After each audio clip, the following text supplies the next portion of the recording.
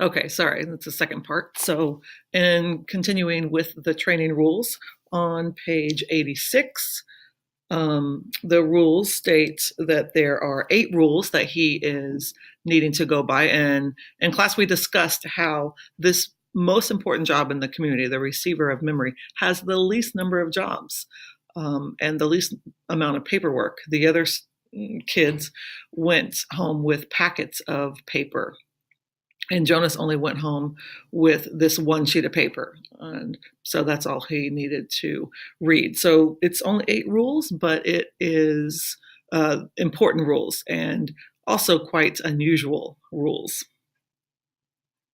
Now, in regards to the light eyes, we find out through chapters 7 through 9 that the light eyes transfer from the giver has these light eyes, Jonas has these light eyes, and Gabriel has these light eyes. So we're not sure if there's a connection there, but there certainly seems to be a bit of foreshadowing with the idea that each of these people have light eyes. I mean, we're not sure what's going on with Gabriel yet, but we do know that the giver and Jonas have this connection, and they're able to receive these memories. And they have this capacity to see beyond. And maybe it does have something to do with the light eyes.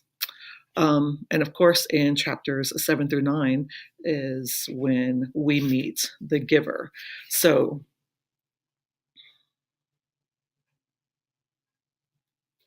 we find out that the giver is one of the chief elders, and he lives all alone in his annex, and he has the most important job of the community. And so in chapter 9, we find that the giver has access to lots of things that no one else in the community has. He has shelves and shelves of books. He's able to turn the speaker off, and he basically has all of the memories of the community. And he is simply an advisor for the elders. Nobody else really knows what he does, and they certainly don't know the capacity for which this knowledge is that he has. Moving into chapters 10 through 11, we find out that the first training day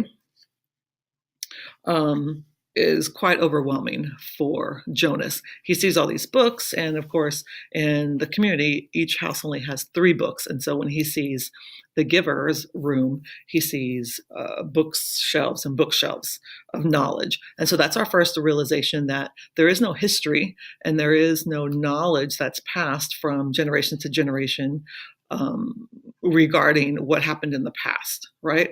Because there aren't any books for them to read, and there aren't any documentaries, and there aren't grandparents that can give information about what happened before. So this is all brand new. All these things that Jonas sees. He sees that there's a lock on the door. That's new. Of course, all the books. He can turn off the speaker, which nobody in the community can do that. And he also just has more luxury. He has furniture that's more comfortable than the furniture that is in the dwellings where Jonas lives, as well as any of the other dwellings. So we find out that to transmit a memory, Jonas lays on the bed and the giver puts his hands on his back, and basically he just kind of thinks about something, or he recalls this memory, and somehow it goes through, and then Jonas has that memory. And it's not just a memory as in it was told to him as a story, but it's something that he actually experiences.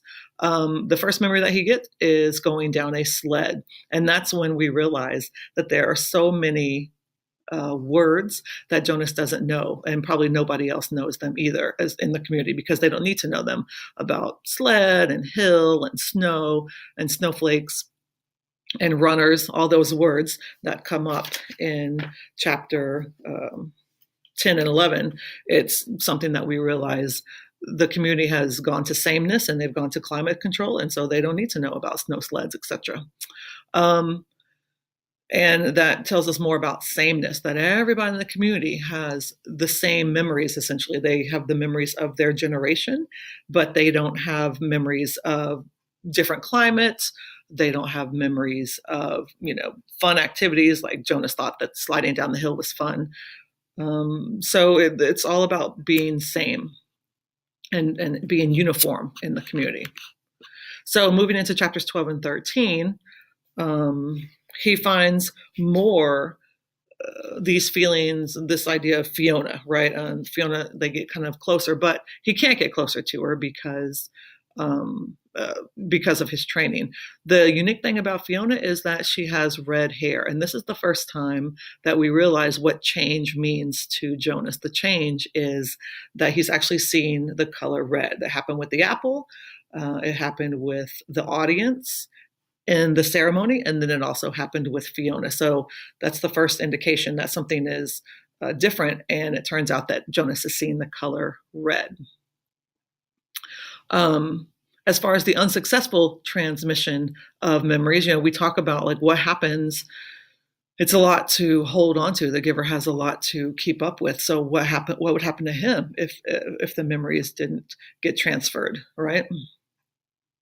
And we find out that the power of choices, that no one in the community has the choice of anything. Everything is told to them. And Jonas begins to realize that that doesn't seem fair, right? Or that they should be given choices. But in the end, do they really need choices? Because the more they have choices, the more they could get confused and, perhaps make poor choices.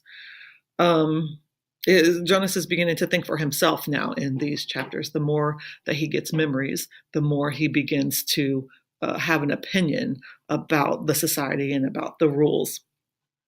He is given now then the memory of pain, and it's quite painful. The pain that he has is, the first one he gets is of a sunburn, right? And that's something that he had never had before. And then as we progress along into the next chapter, he gets even more painful memories. And in the beginning, at the ceremony, the chief elder had said, "You're going to experience pain like none of us have. We can't even describe it, but it's part of your training." And so now he's beginning to realize what this means to be in pain. We also learn about the failed receiver of memory that came before Jonas, the 10 years ago, and what happened with her as far as why she didn't make it. She ended up applying for release, and we don't know anything else about her, where she is, or why she chose that. So, of course, that's a bit unsettling as well for Jonas. Why would the previous person who had his job decide to leave? Now, in chapter 14, that's when the broken leg happens. Although he doesn't actually break his leg, right? It's just the memory of a broken leg, but it's excruciatingly painful to the point where he comes out of the memory and he still feels it, but it's not actually broken, right? He also begins to understand words like starving. And he also seems to now want to do some changes. He doesn't think that, the community should be so limited and that all these choices should be made for them. They should have the opportunity to experience these things.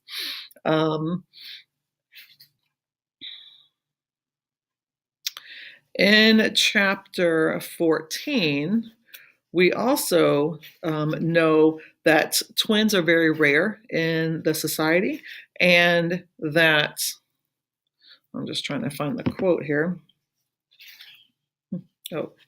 That because, there can only be 50 children in the year, and of course no two people need to look alike as far as being an exact twin, right? A genetic replicate. So twins, it becomes a problem for the elders and for the committee, because if a birth mother gives birth to twins, then that causes this problem of duplicate. It also causes the problem of too many babies, etc. So they have to deal with that.